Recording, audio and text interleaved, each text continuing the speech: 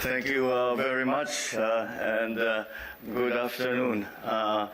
Almost good evening to all. Please take your seats. I would like to greet some of the members of the Philippine delegation that have accompanied us to this trip in Japan. We have with us the former President Gloria Macapagal Arroyo, now Deputy Speaker. With us also is the Senate President, the President of our the upper house of the Philippines Legislature, Senate President Mig Zubiri.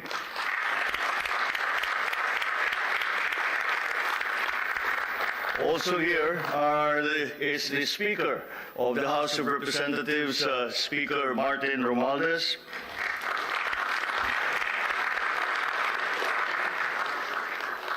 I would like to greet the Minister Yasutoshi Nishimura of the Ministry of Economy, Trade and Industry, and I thank him for his involvement in this forum. Mr. Nobuhiko Sasaki, the Chairman and CEO of the Japan External Trade Organization. Mr. Teruo Asada, the Co-Chairman of the Japan-Philippines Economic Cooperation Committee. Dr. Kunihiko Harabayashi, Chairman of the Philippine Society of Japan Incorporated. Mr. Makatoto Katsura, President of the Philippine Society of Japan Incorporated. My colleagues in government, and all of those who have shown an interest in the Philippines by coming this evening to join us in this forum where we discuss the different possibilities that we have now available in the Philippines for investment. So the other distinguished guests, ladies and gentlemen, good evening. I am reliably informed that we have an overflow of delegates who have come to join us for this forum, and I thank you. As I said, I thank you very much for your interest in the Philippines, and we hope that in this we are able to have exchanged our views on what are the possibilities beyond our economic managers explaining what it is that we have done in the Philippines in the past few months to improve the environment for investment in our country, but also to listen to our friends and partners here in Japan who to tell us what it is that they feel we can do to improve the investment climate in our country. And I think in that regard, this has been a very successful meeting. And it warms my heart to see a room full of many of our friends from Japan who are here to hear about the latest updates on our economy. Japan has been a steadfast partner of the Philippines, being one of the largest sources of trade, of investment, of official development assistance, and of remittances. In return, on top of the world-class hospitality, the Philippines has accorded Japanese investors a reliable and high-quality workforce and a stable macroeconomic environment conducive to growth. Let us nurture this mutually beneficial partnership. The cabinet members that are here with us, together with our central bank governor, earlier provided you with updates on the economic performance of the Philippines, as well as the investment opportunities in infrastructure and various priority industries. Allow me to summarize the discussion by offering three main reasons why you should consider growing your businesses with us in the Philippines. First, we point to macroeconomic strength. The Philippines has demonstrated a remarkable rebound from the COVID-19 crisis. After expanding by 5.7% in 2021, the country's gross domestic product grew by 7.6% last year. This growth, which exceeds expectations and even our targets, was broad-based, reflecting high government spending and robust domestic demand driven by consumption and by private investment. Inflation, which is a pressing global issue, remains manageable in the Philippines, although it is still one of the problems that we have to deal with. Estimates as of December 15 from the Central Bank of the Philippines indicates that inflation should ease to 4.5% this year and 2.8% by next year, and within our target range of 2 to 4%. Aided by industrialization and a job creation strategy, we expect the Philippine economy to graduate from lower middle income to upper middle income status by 2024, if not sooner. This will keep us on track in achieving our high income status by 2040. Against this backdrop, we envision poverty incidence in the Philippines to be slashed by half, from what is now 18.1% in 2021 to 9% by 2028. Last month, I signed an executive order formally adopting the Philippine Development Plan, or PDP, for 2023 to 2028. Under this medium-term plan, we aim for consistently high economic growth to enable a prosperous, more inclusive, and resilient society. This plan is founded on my administration's 8-point socio-economic agenda, which include the following: investment promotion, infrastructure development, energy efficiency, increased employability of our workforce, expansion of digital infrastructure, innovation, research, and development, the pursuit of a green and blue economy, and the establishment of livable and sustainable communities. Our demographic advantage, particularly our young, educated, hardworking, English-speaking workforce, is among the best in the world. That puts us in a strong position on the global stage. This complements Japan's development strategy, given its older demographic, of tapping human resources from outside its borders to meet the labor requirements for its enterprises. We are harnessing this strength by investing more in education and social services for our people. As we have heard in many of these fora before, the concept of upskilling and reskilling our labor and our workforce is becoming an extremely important aspect of our adjustments and transformation for the new post-pandemic society. We will continue to exercise fiscal discipline as we pursue the socio-economic agenda.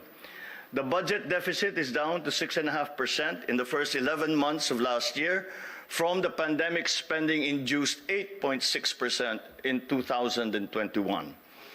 Under our medium-term fiscal program, we target to reduce the budget deficit to 3% by the end of my term in 2028. Prudent debt management will be critical to achieving this goal.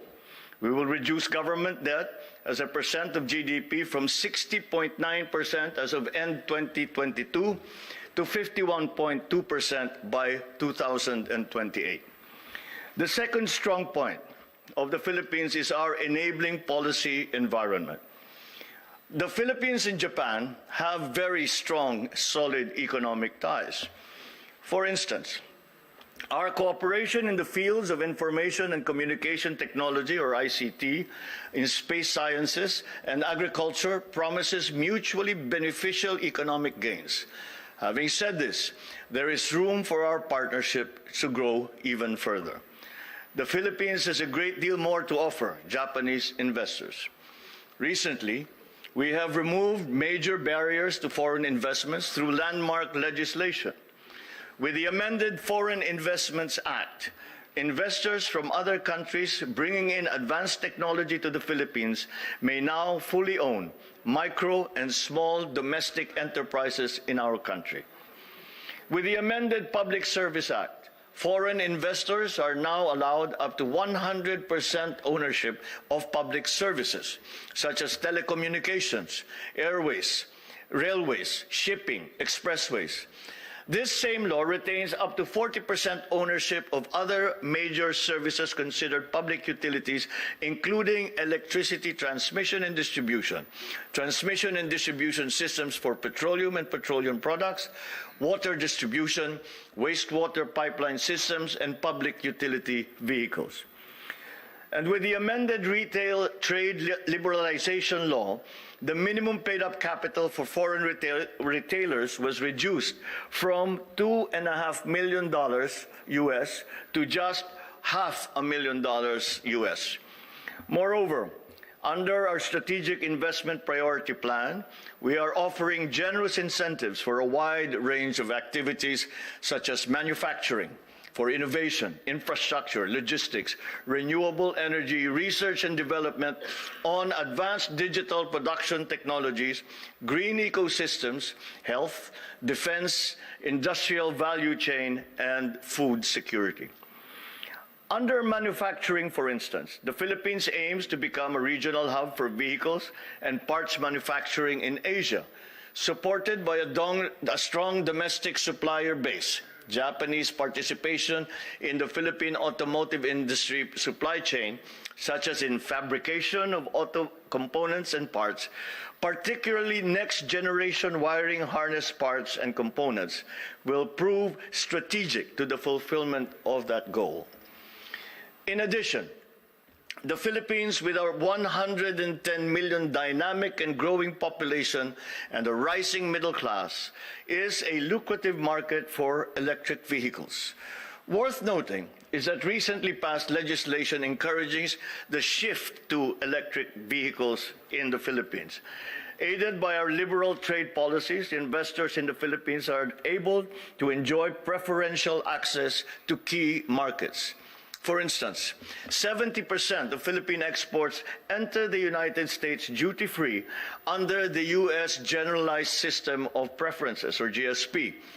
The Philippines also has duty-free access to the European Union market for over 6,000 tariff lines under EU's GSP Plus program. And of course, being in the ASEAN Free Trade Area, the Philippines enjoys preferential tariffs from neighboring countries in Southeast Asia. But we're not stopping there. This administration is pushing for the congressional ratification, which I am promised will be coming soon, of the Philippines' participation in the Regional Comprehensive Economic Partnership, or RCEP. This free trade agreement among Southeast Asian economies, plus Japan, China, South Korea, Australia, and New Zealand, will result in greater market access for 92% of products from the Philippines. At the same time, promising opportunities have opened for the Philippines following our participation as a founding member of the Indo-Pacific Economic Framework. Launched by the United States in May last year, the IPEF seeks to advance resilience, sustainability, inclusiveness, economic growth, fairness, and competitiveness among member economies. The IPEF discussions on the following pillars have begun. They are on trade, on supply chains, clean energy, decarbonization and infrastructure, and tax and anti-corruption. The third and the last point is the Philippines' massive infrastructure development agenda.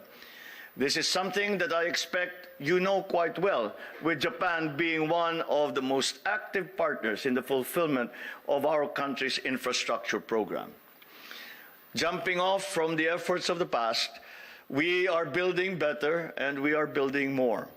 We want even faster mobility for our people and goods. As such, infrastructure spending will be maintained at 5 to 6% of GDP, and this will be the annual figure for from now till the year 2028. We welcome private partners. We have over 200 infrastructure projects under the Public-Private Partnership Scheme, or PPP, that are in various stages of implementation, and there are more in the pipeline. We have made it easier for private investors to engage in infrastructure initiatives. And last year, we revised the implementing rules and regulation for the Build, Operate, Transfer Law, or BOT law, to improve the financial viability of PPP projects. On top of this, one of the priority legislations is to amend the BOT law to provide an even more competitive environment for PPPs. With more roads, airports, railways, along with investments in sustainable initiatives, we are shaping a prosperous future for our people and for our investors. With the efforts we have made towards maintaining a sound macroeconomic profile, providing business-enabling policies, and investing in big-ticket infrastructure projects, I hope we are sending the clear message that the Philippines is open for business and that the Philippines means business. In closing, I would like to thank Japan for being the long-standing economic and strategic partner that you have been, and as Japan as a friend for the Philippines. You have played a major role in the Philippines' socio-economic transformation over the past decades. As we go along our development journey, I invite all of you to continue and enhance that partnership. When you think growth, think Philippines, so that together we will reap the benefits of robust, sustainable, and inclusive growth for our businesses and for our peoples. Let's make it happen in the Philippines. Domo arigato gozaimasu. Mabuhay po tayong lahat. Thank you very much and good evening to you all. Thank you very much, Mr. President. Can we call on the members of the panels on the economy as well as industry to join the President for a quick photo opportunity?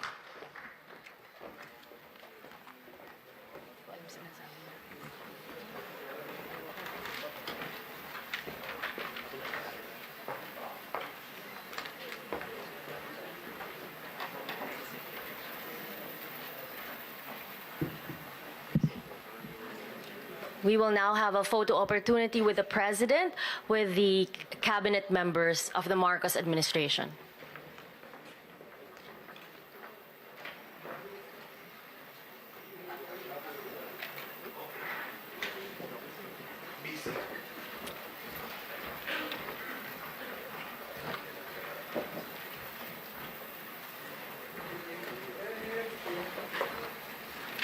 Sige.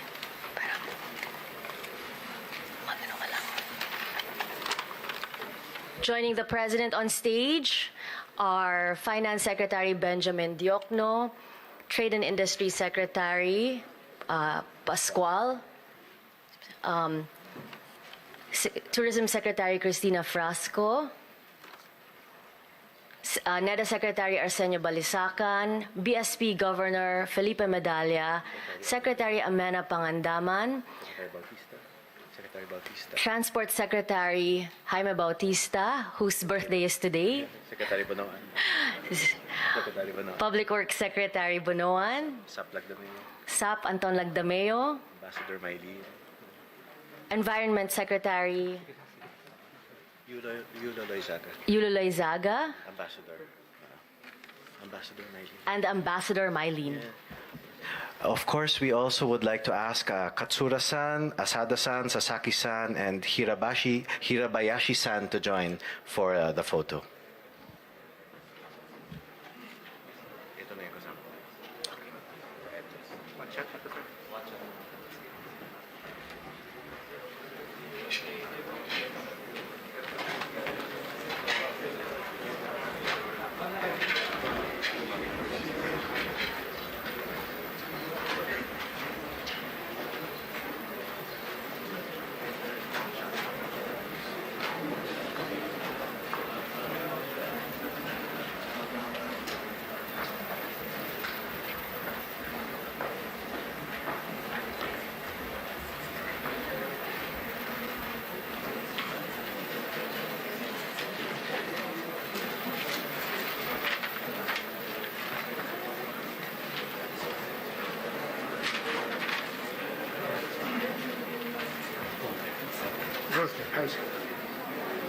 これ終わらないといけない。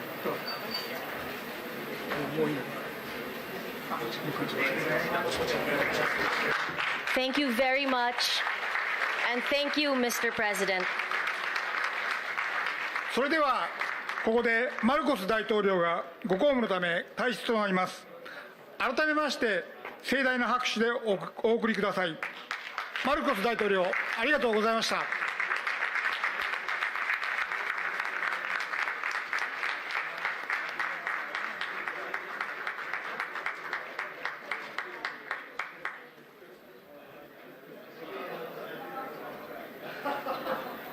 Ladies and gentlemen, let's give one more round of applause to the President of the Republic of the Philippines, President Ferdinand Romualdez Marcos Jr.